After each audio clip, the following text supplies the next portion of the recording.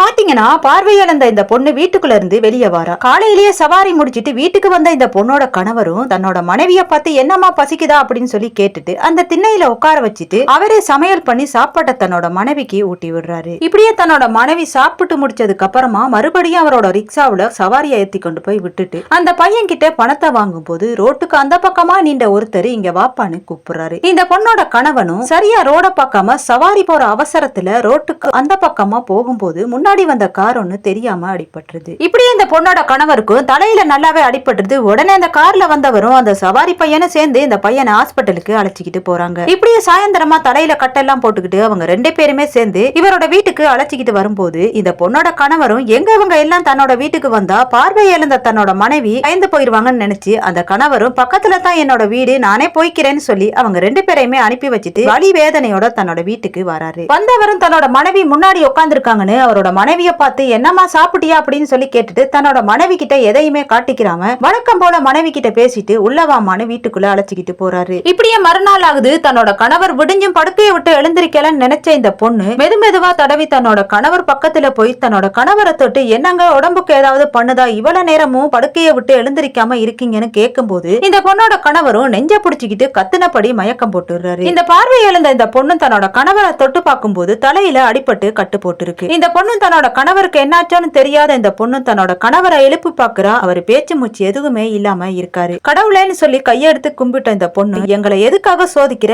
எனக்கு தான் கண்ணு இல்ல, கடவுளே உனக்குமே கண்ணு இல்லையான்னு கதறி அழுகும் போது இந்த பொண்ணோட குரல் கடவுளுக்கு கேட்டுச்சா என்னவோ அந்த பொண்ணுக்கு மறுபடியும் பார்வை வந்துருது. கடவுளேன்னு சொன்ன இந்த பொண்ணு தன்னோட கணவரை தட்டி எழுப்புறா. உயிர் படைச்சு எழுந்திருச்ச தன்னோட கணவர்கிட்ட என்னங்க நம்மளுக்கு கடவுள் கண் திறந்து பாத்துட்டாரு, எனக்கு மறுபடியும் கண் பார்வை வந்துருச்சுன்னு சொல்லும் போது இந்த பொண்ணோட கணவரும் ரொம்பவே சந்தோஷப்படுறாரு. இந்த வீடியோ பத்தி நீங்க என்ன நினைக்கிறீங்கன்னு கமெண்ட் பண்ணுங்க. பிடிச்சிருந்தா லைக் பண்ணுங்க.